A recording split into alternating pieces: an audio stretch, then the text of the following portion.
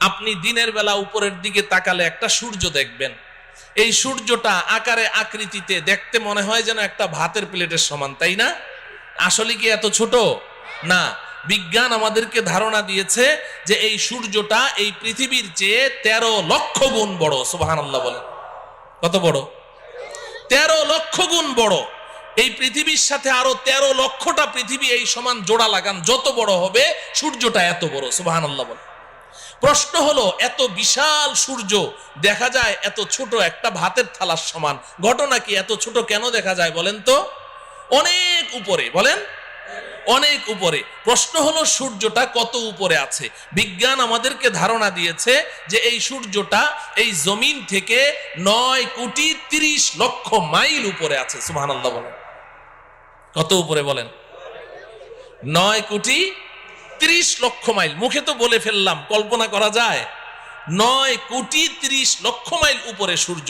আচ্ছা যাই হোক, এই সূর্যের দেশে যদি আপনি চলে গেলেন 9,30,00,000 মাইল উপরে, সেখানে গিয়ে কি আমাদের আসল বাড়ি জান্নাতের কোনো সন্ধান পাওয়া গেল? তাহলে আরো উপরে যেতে হবে। যেহেতু আল্লাহ বলেছেন উপরে আছে, তাহলে উপরে আরো উপরে যেতে হবে। চলেন উপরে যাই। সন্ধ্যাবেলা আপনি উপরের দিকে তাকান, দেখবেন যে মিটমিট করে জ্বলছে জোনাকি পোকার মতো। এগুলো কি? তারা। আচ্ছা ভাই বলেন তো দেখি, এই তারাগুলো আকারে আকৃতিতে এই জোনাকি পোকার সাইজ নাকি আরেকটু বড়? তারাগুলো কত বড়? তারাগুলো কত বড়? বিজ্ঞান বলছে যে আকাশের এক একটা নক্ষত্র, এক একটা তারা পৃথিবীর চেয়ে নয়, পৃথিবীর চেয়ে নয়, আকাশের এক একটা তারা সূর্যের চেয়ে লক্ষ কোটি গুণ বড়। এত বিশাল তারা দেখা যায় জোনাকি পোকার মতো। ঘটনা কি?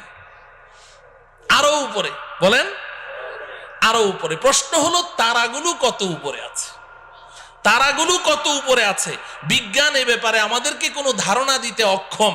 তবে অনেক গবেষণা করে বিজ্ঞান একটা তারার সন্ধান বের করেছে, যেটা পৃথিবীর সবচেয়ে কাছে, সবচেয়ে নিচের যেই তারকাটি, জমিনের সবচেয়ে কাছে, এটার নাম বিজ্ঞান দিয়েছে প্রক্সিমা সেন্টারাই। বিজ্ঞান বলে প্রক্সিমা সেন্টারাই নামের এই দুনিয়ার সবচেয়ে কাছের যেই তারাটি, এটা এই জমিন থেকে 25 লক্ষ কোটি মাইল উপরে আছে। কত উপরে? 25 লক্ষ না, 25 লক্ষ কোটি মাইল উপরে। 25 কোটিও না, 25 লক্ষও না, কত? 25 লক্ষ কোটি মাইল উপরে হচ্ছে সবচেয়ে কাছের তারা। তাহলে উপরের তারাগুলো কোথায় আছে? বিজ্ঞান বলে এই ব্যাপারে আমরা কোনো ধারণা দিতে পারবো না। তাফসিরে রুহুল বায়ান নামে একটি কিতাব আছে, তাফসিরের কিতাব। তাফসিরে বলেন রুহুল বায়ান, তাফসিরে রুহুল বায়ান। এই কিতাবের মধ্যে আছে, আল্লাহর কুদরত বুঝার জন্য বলছি, আমাদের বিবেকের মধ্যে এতটুকু ধারণ ক্ষমতা নেই বুঝার মতো, আল্লাহর কুদরত একটু বুঝার জন্য বলছি। এই যে স্টেজে লাইট জ্বলছে, এই যে আলো জ্বলছে, এই আলো দৌড়ায় কি দৌড়ায় না? আলো দৌড়ায় না? আপনি টর্চ অন করেন, টর্চ লাইট, সাথে সাথে আলোটা দেখবেন ওই দেয়ালের গায়ে দেখা যাচ্ছে। দৌড় মারলো কিনা? কত মাইল স্পিডে? আলোর গতি কত বলেন? প্রতি সেকেন্ডে, ঘন্টায় না, প্রতি সেকেন্ডে 1,86,000 মাইল দূরে চলে যায় আলো। আপনি চোখের পলক মেরেছেন না, এই চোখের পলকে আলোটা কত দূর চলে যায়? 1,86,000 মাইল। একটু কল্পনা করেন আল্লাহ পাকের কুদরত কত, শক্তি কত। এই আলোর গতিটা মনে রাখেন। এবার তাফসিরে রুহুল বায়ানের মধ্যে আছে, আল্লাহ রব্বুল আলামিন আকাশে এমন অসংখ্য অগণিত তারা সৃষ্টি করেছেন, যেই দিন আল্লাহ পাক ওই তারাগুলোকে সৃষ্টি করেছেন, কত হাজার বছর আগে সৃষ্টি করেছেন আল্লাহ ছাড়া কেউ বলতে পারবে না। যেই দিন ওই তারাগুলো সৃষ্টি করেছেন, ওই দিন প্রত্যেকটা তারা তাদের নিজ নিজ আলো পৃথিবীর দিকে ছেড়ে দিয়েছে। ওই আলোগুলো দৌড় শুরু করেছে প্রতি সেকেন্ডে 1,86,000 মাইল স্পিডে দৌড় শুরু করেছে। আজও সেই আলো পৃথিবীর দিকে দৌড়াচ্ছে, আজও দৌড়াচ্ছে, এখনো পর্যন্ত পৃথিবীতে এসে পৌঁছতে পারে না। অতএব কল্পনা করে দেখুন যে আকাশের তারাগুলো কোথায় আছে। আল্লাহ। আচ্ছা, সেই আকাশের তারা যেখানে আছে সর্বোচ্চ তারা ওই পর্যন্ত গেলাম, কিন্তু আসল বাড়ির কোনো খোঁজ খবর পাওয়া গেল? হ্যাঁ, তাইলে আরো উপরে যেতে হবে। যেতে রাজি? এই জমিন থেকে সবার উপরে যেই তারাটি আছে এর উপরে আর কোনো তারা নেই, সৌরজগৎ শেষ, এরপরে মহাশূন্য শুরু হয়ে গেছে। এই জমিন থেকে সবার উপরে যেই তারাটি আছে ওই পর্যন্ত আপনি যেই পরিমাণ পথ অতিক্রম করলেন, সবার উপরের তারাটা পার হয়ে আরো ঠিক এই সমপরিমাণ মহাশূন্য পাড়ি দিয়ে আপনি যদি উপরে যেতে পারেন, সেখানে গিয়ে পাবেন প্রথম আসমানের তলা। কি পাওয়া যাবে? প্রথম আসমানের তলা পাওয়া যাবে। আসমান আছে না নাই?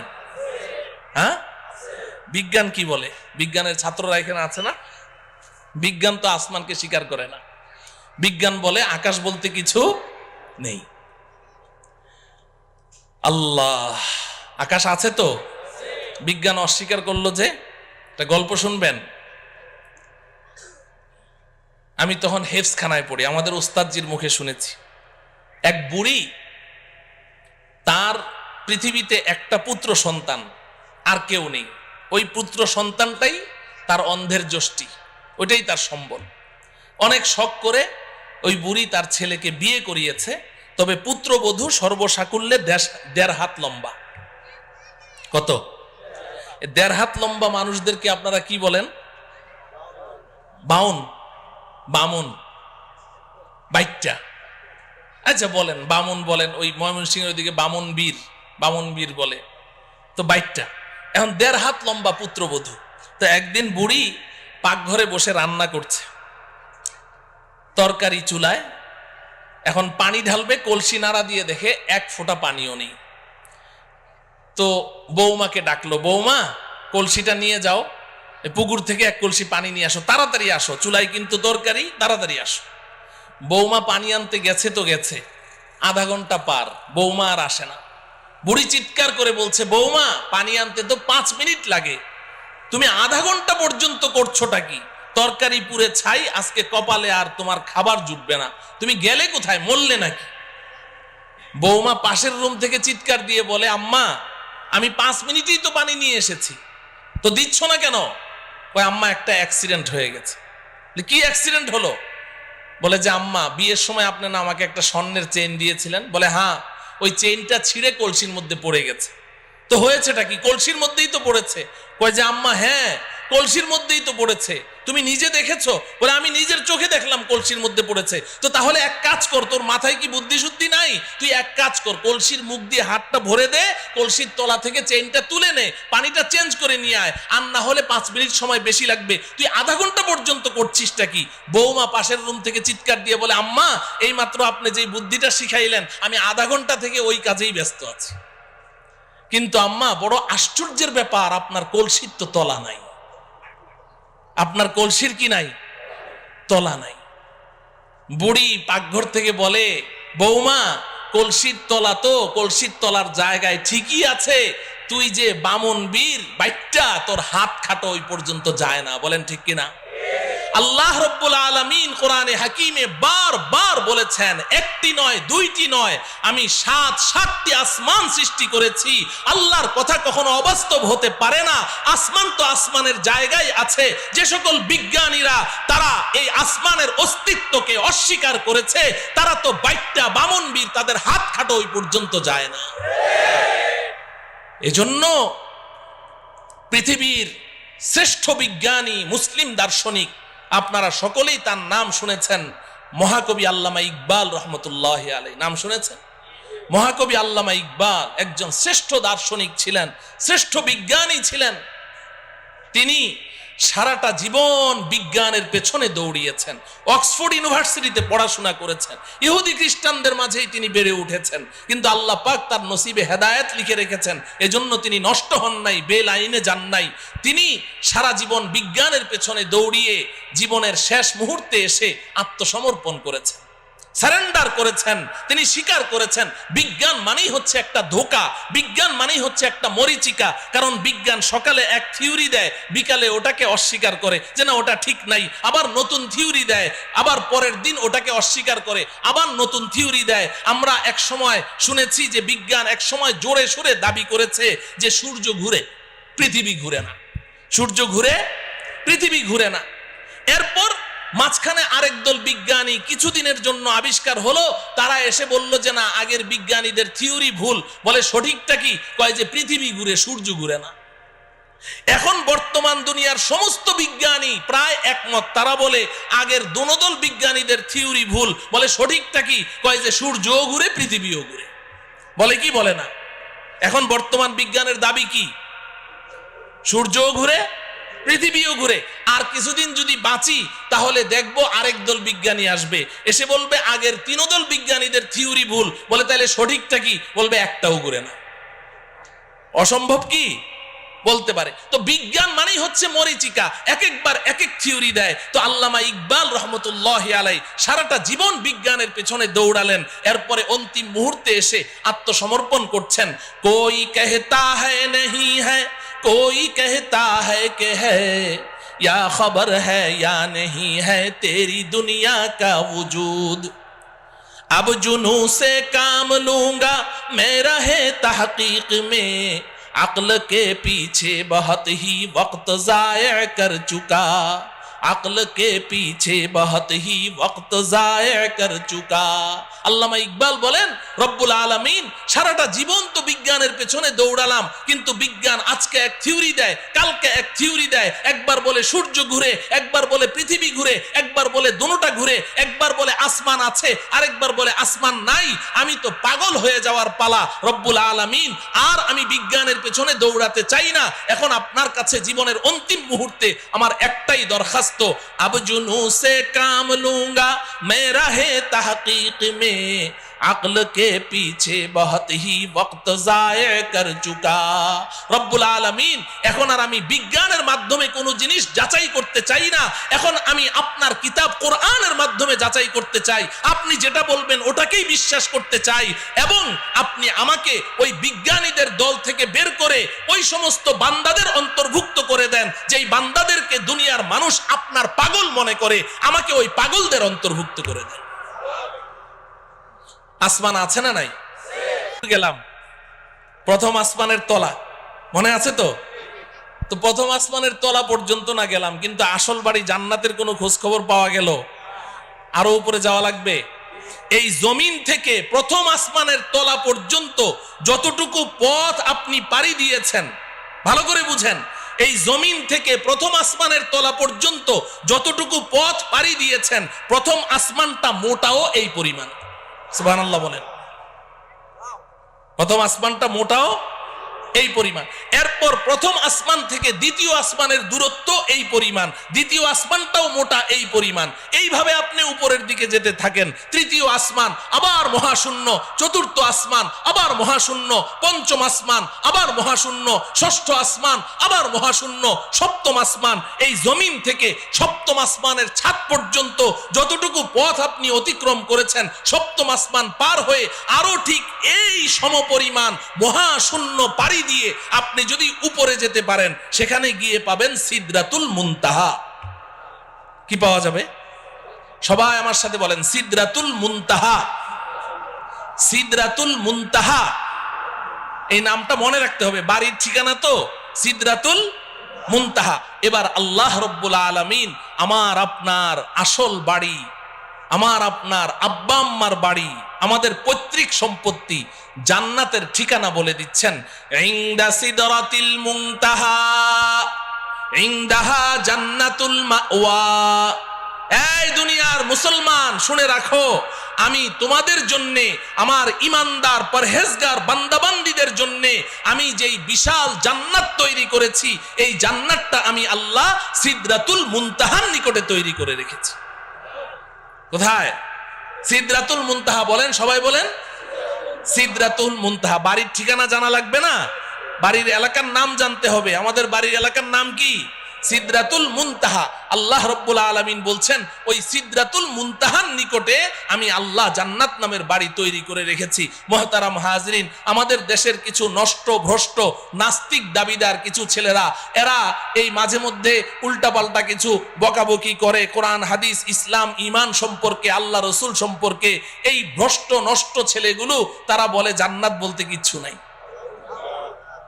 জান্নাত আছে না নাই? এখন ওরা জান্নাতকে অস্বীকার করে কেন জিজ্ঞাসা করেন, বলবে যে আমাদের নাস্তিকদের একটা থিওরি আছে, যা চোখে দেখি না তা বিশ্বাস করি না। নাস্তিকরা যা চোখে দেখে না তা বিশ্বাস করে না, এটা ওদের দাবি।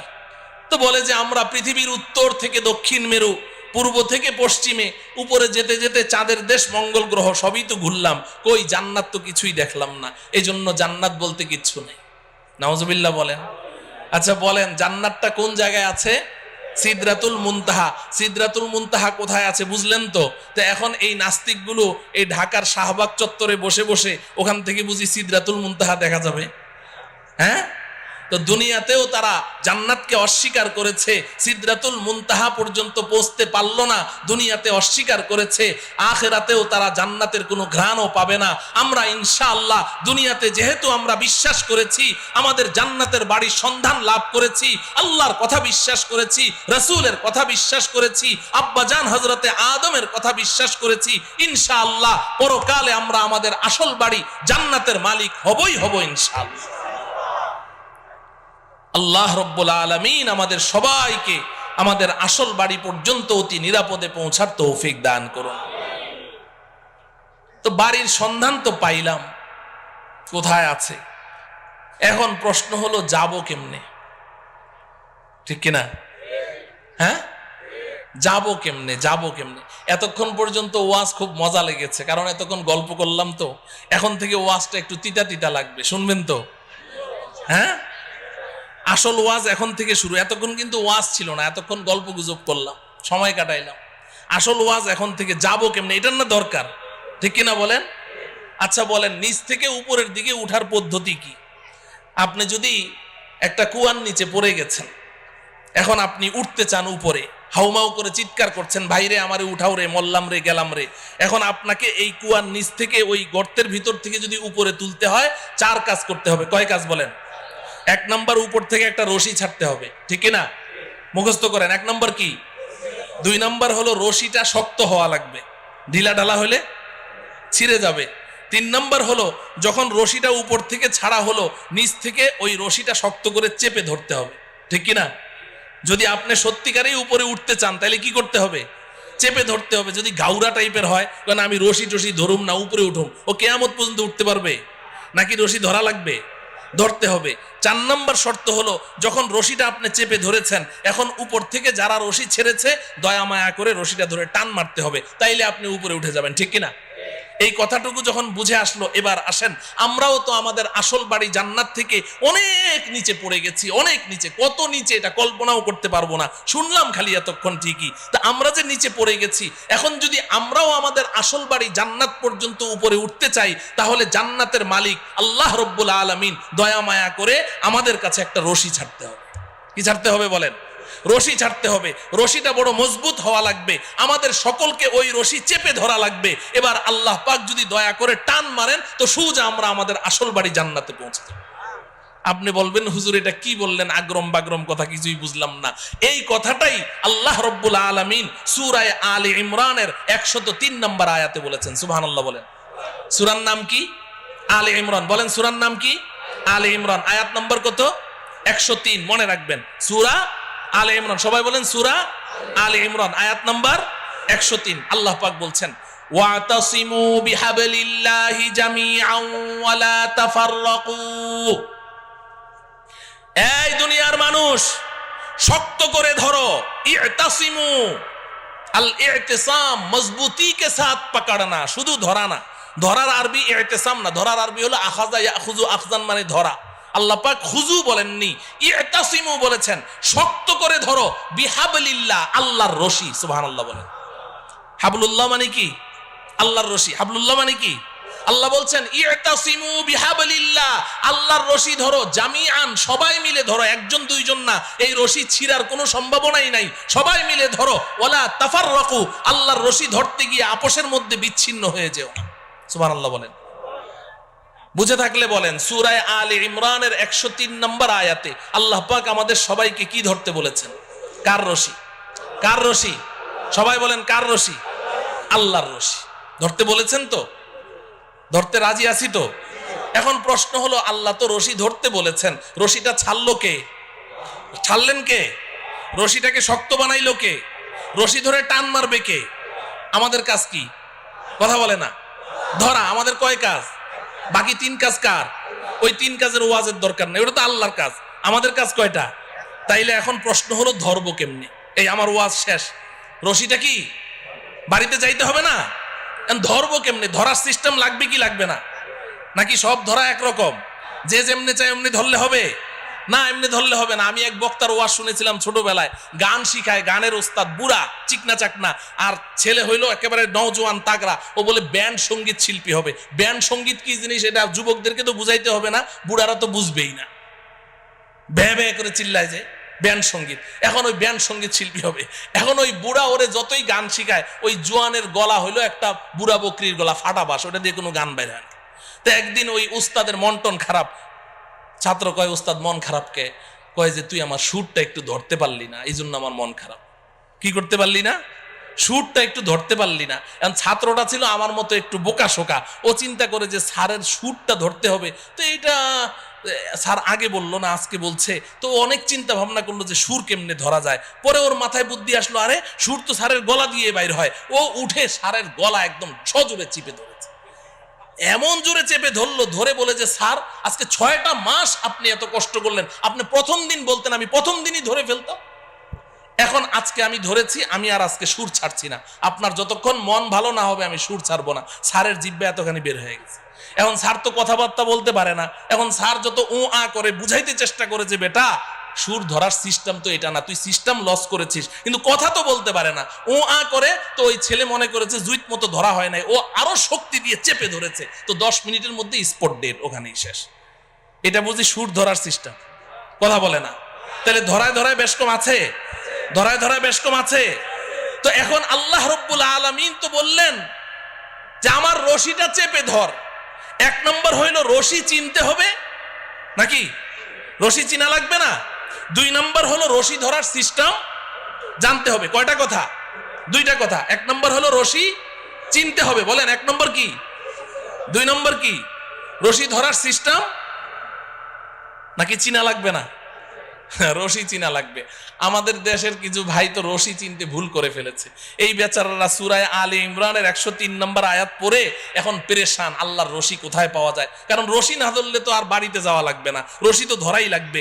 এখন খুঁজতে খুঁজতে অস্থির, কোথায় রশি পাওয়া যায়, কোথায় তো রশি নাই। পরে চিন্তা করলো যে কোরআন নাজেল হয়েছে মক্কায়, আচ্ছা ওখানে যাই। হজ করতে গেছে, মক্কা মদিনা পুরা ঘুরে আসলো, কেউ রশি চিনে না। দেশে আসার পরে মন টন খারাপ, রশি ধরতে পারলাম না, তাইলে তো আর জান্নাতের বাড়িতে যাওয়া হবে না। পরে দেখে সর্বনাশ, এই পাশের জেলায় ফরিদপুর গেলেই তো রশি পাওয়া যায়।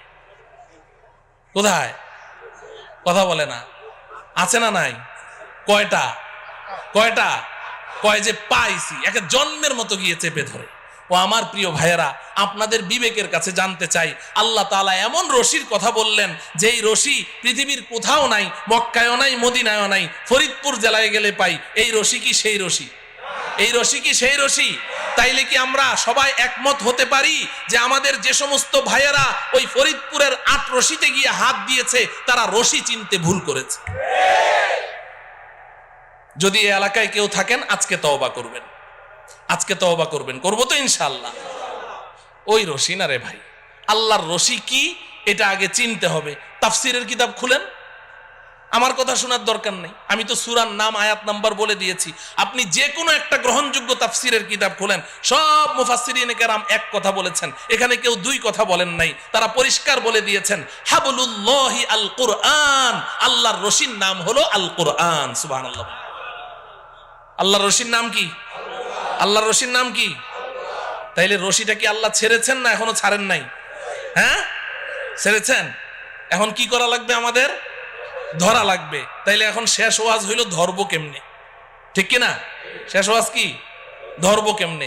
আচ্ছা দেখেন, এই যে আমার সামনে রশি আছে, এই যে রশি ধরলাম, এই যে দেখেন রশি ধরলাম, তো আঙ্গুল লাগে কয়টা? হ্যাঁ, কেউ যদি বলে যে আমি 5 আঙ্গুল দিয়ে ধরুম না, 4 আঙ্গুল দিয়ে ধরুম, তো ঝুলে থাকতে পারবে? টান মারলে ঝুলতে পারবে? 2 আঙ্গুল দিয়ে ধরলে? 5 আঙ্গুল দিয়ে যদি ধরি, এবার মাইকম্যানকে বলেন রশি টান দিবে, রশি ছিড়বে, আমার হাত ছুটবে না, ঠিক কিনা? তাইলে শক্ত করে ধরতে হইলে আঙ্গুল লাগে কয়টা?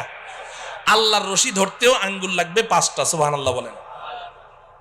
এখন আমি এই 5টা আঙ্গুলের নাম বলবো, সবাই মুখস্থ করবেন। বাকি 5 আঙ্গুলের ওয়াজ আর করা আজকে হবে না, পাশেই তো থাকি, আরেকবার আসমুনি যদি আল্লাহ তৌফিক দেয়। 5 আঙ্গুলের ওয়াজ, এক একটা আঙ্গুলের ওয়াজ 1 ঘন্টা করে কমপক্ষে লাগবে, তাইলে না 5 আঙ্গুলের ওয়াজ করা যাবে, ঠিক কিনা? তো এখন 5টা আঙ্গুলের নাম আগে মুখস্থ করেন।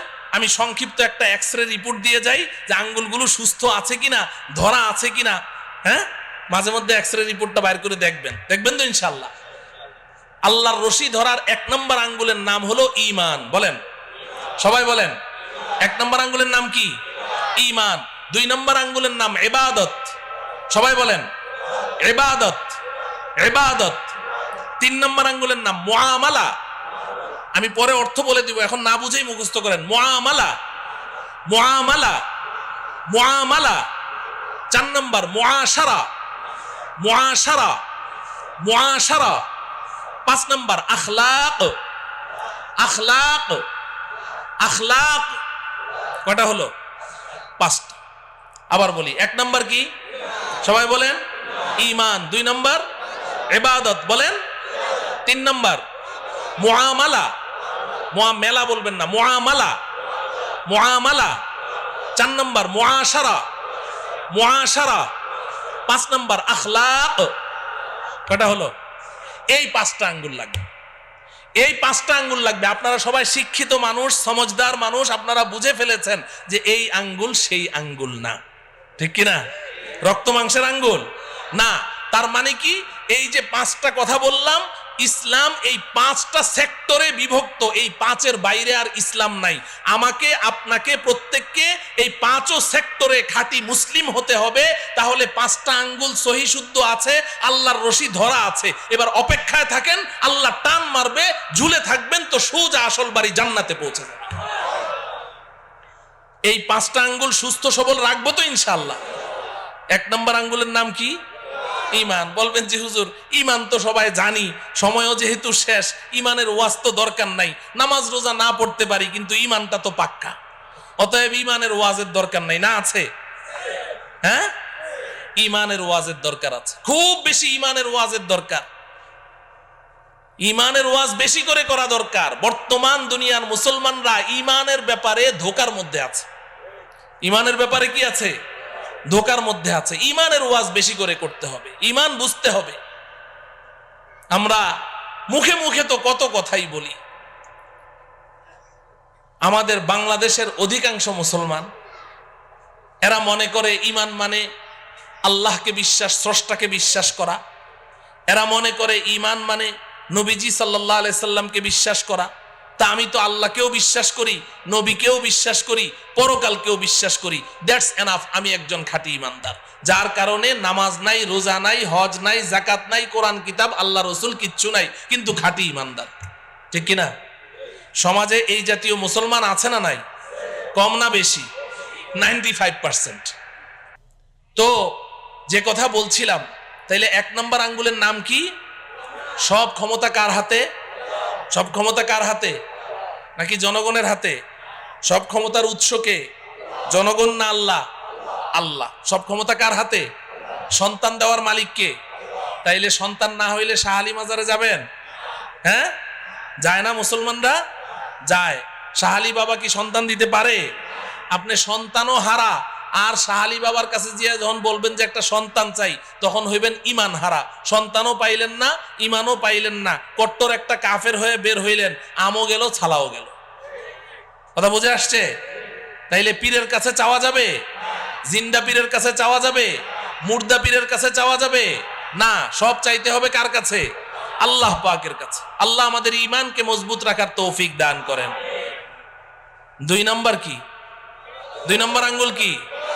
ইবাদত। ইবাদত নামাজ কি? কথা বলে না। রোজা কি? যাকাত কি?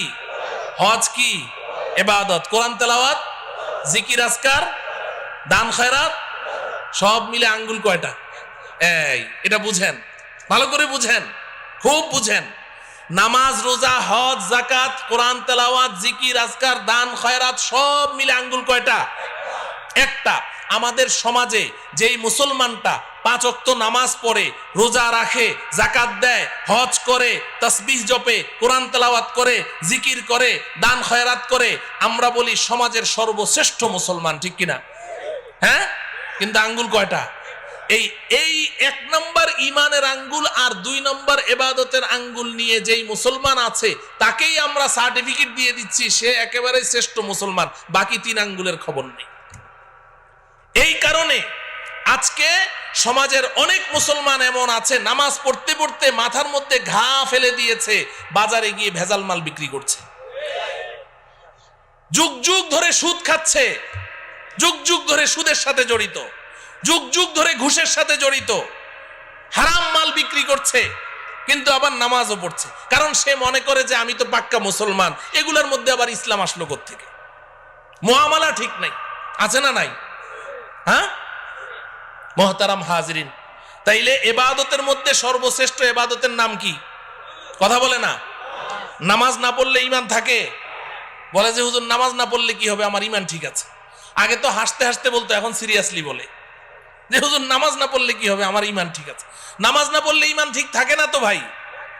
নবীজি বলেছেন, আমার কথা না, বাইনাল আবদি ওয়াল কুফরি তারকুস সালাহ, কে ঈমানদার কে বেঈমান এটা কি কপালে লেখা আছে? চিনবো কেমনে? নবীজি বলেন, আমি বলে দিচ্ছি কেমনে চিনবা, দেখো লোকটা নামাজ পড়ে কিনা।